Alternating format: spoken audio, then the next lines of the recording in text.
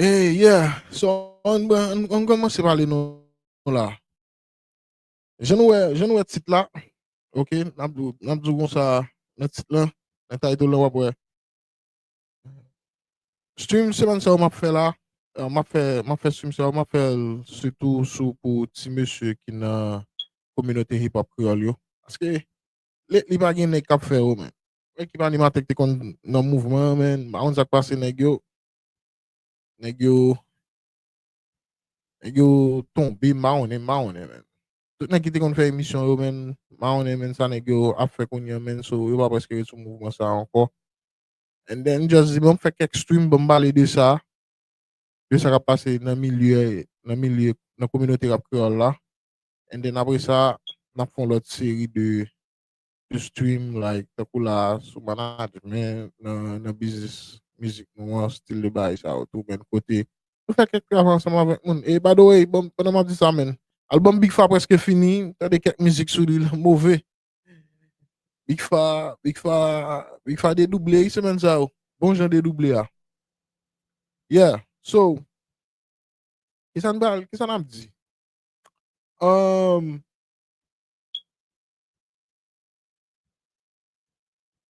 mon cher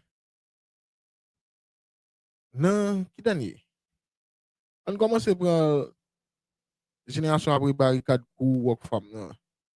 Alright.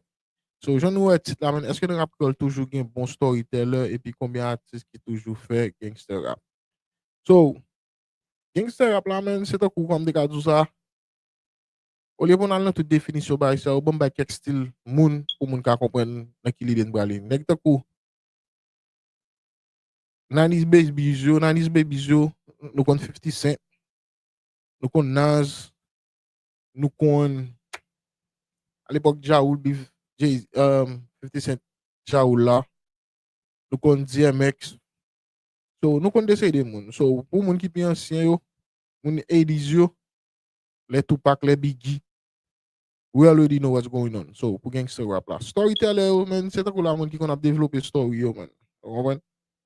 So, comment son qui bon dans ça? Aux États-Unis. Fat Joe tout, bon dans ça tout. On va mettre Fat Joe ni dans gangster rap, ni dans storyteller tout. Parce que je sais essayer de trap, même, ça veut expliquer d'essayer de story tout. As a matter of fact, 50 Cent so bon storyteller tout, though. Right? So, nous avons une idée dans qui ça se passe là. So, basically, là, quand il y a la envie dans Rapkreyòl là, là, on regarde Blaison sont un bon storyteller, man. So, soit peut-être Blaison, man, Blaison a introduit un sujet, a développé le goût dans la musique, là, et puis la bonne conclusion, man. So, nous, la musique, c'est de côté décolonisation, on prend nous, la musique fédérale, on prend, and then, gon l'autre artiste encore dans storyteller tout qui move encore Steve J. Bryan. Monsieur bon, on parle de la génération après barricade, la génération après barricade work femme. And then, on va jouer avec le Baki tout. Baki mauvais dans ce sens ça. OK? Toby dit en pile dou. And then, on fait camper là, but avant ça, si on a des boomerang, FT Mister, et ça, il y a bon storytelling, man. On va Money and Mike. Yeah. On va qui est-ce que oh Jimmy non est-ce qu'on va mettre Jimmy oh ni dans gangster rap ni dans storyteller telling non m'a pas Jimmy oh pour gangster rap yeah so ça veut dire que la scène qui t'a qui qu'on développer histoire ou bien men dans musique au petit men et puis il a expliqué une story men et puis l'autre des story il be like damn yo on pense que c'est eux même qui dans situation men on comprend so génération après nek Baki Steve J. Bryan nek ça oh bon mettez talent c'est pas Jack test de camité Medes Medes yeah yeah so pour moi ma Medes um la génération après si jeune ça yo bon regarder nan nouveau nèg ki vini yo la men. Nan nou vene ki vini yo la ba, pa fin kon tout neg yo men.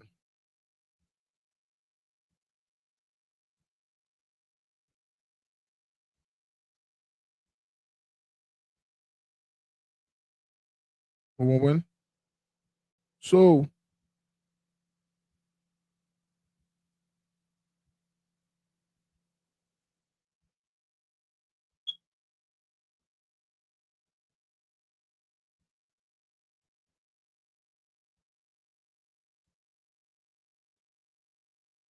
that's crazy.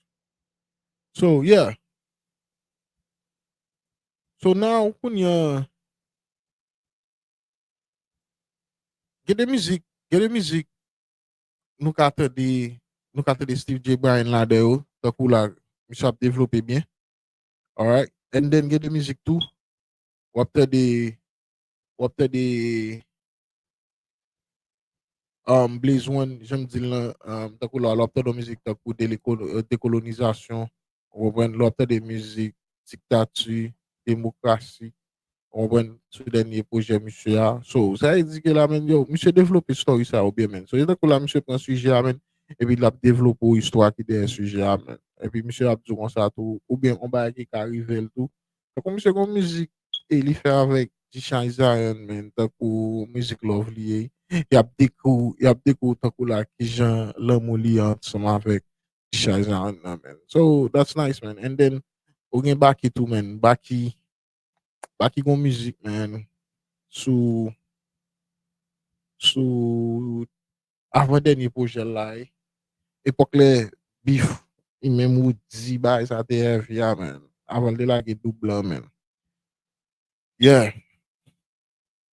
epi mse gon müzik anseman avek ti Joe tou men ki yo kout pim baki murder men wawen kout pim baki murder an pil men. So, sa di ke men, like, se son den ek viti men, like, malge nou gen kek ten bata di baki, nou an se se album misyo ap prepare, ou nou an ki sa misyo ap frape, so, na preten misyo sou sa, ou wabwen. So, na preten boje a, but, men, hey, misyo son ek viti men, like, kouple misyo mouve men. Takou, proje Steve J. Bryan implicit la, misyo gen yon müzik men, kote l tap kou, li pral renkontre yon tit dam, li pral Belleville. Mwen, se ta explique story, on story vite, men, yo bal, komanda bal on kontravensyon, lèl gade li wè, se moun li bal kou yal ge dam nan, li bal kou yal gade ase moun koman. Yo, men, kout plim sa ou nice, men. Mwen, kout plim sa ou mouve, men. So, basically, like, mi, ki jom te ka di la, jenerasyon sa, jenerasyon rap sa, men. Oh, mwen ka met Trouble Boy tou, men. Yeah, Trouble Boy give me say the Trouble Boy son bon storyteller tout, man. Fon ire, fon mi se la nan kat sa tout. Mi se gen de ou ka ba men jan mi se fel yo. But hey, yeah. So, couple next sa nan san sa men. Like, yo for reflechi men, yo meto nan mod yo a.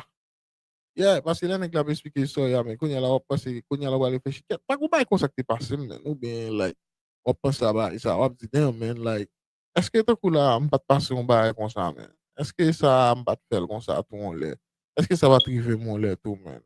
Ou ase man wak, bon big up, Kalin, grafis serye, aken di normal, mwenche, direkter, informasyon nou mouve, Amede, webmaster mouve, wak kontin de breche mwenche.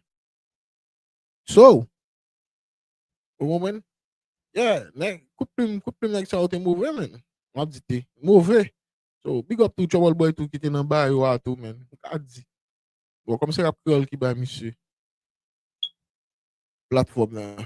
Se te represente Rapkreyòl nan ba yo. Yeah. So, sa yon bel evidman men ba yo a. So, yon mwen son ba ki merite a supporte men. Soutou, kon pati nan kob la men, misye ap supporte fondasyon. Mwen mwen mwen tapte de Kyle pel tap pali de sa men. So, that's a good move.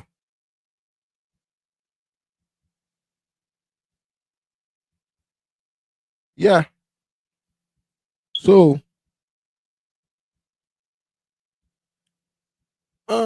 komen ki di m ki text mwen Bobby nan, mbak met Bobby le last one, man. Bobby plays like lyrics, is like lyrical, man, like knowledge. Could di pass knowledge. Could di pass knowledge, man. Mbak met Bobby le last one na kata. Nah.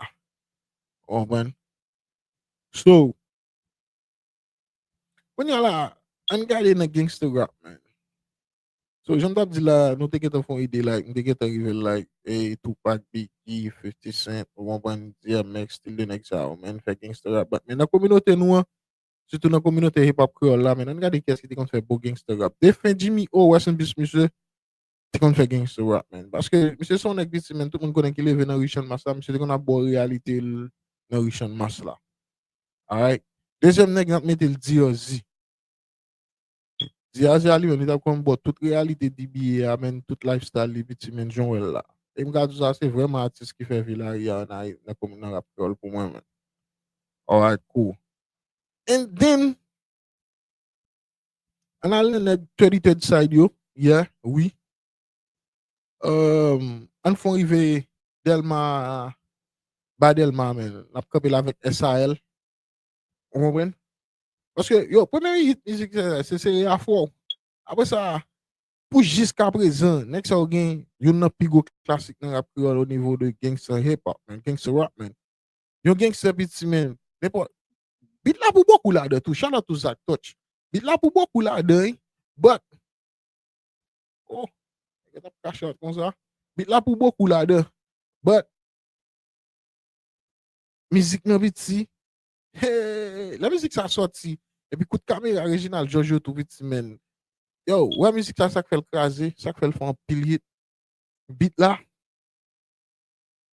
nan big up Emmanuel Agaspa, a fe pa nou toutan, sa la fami.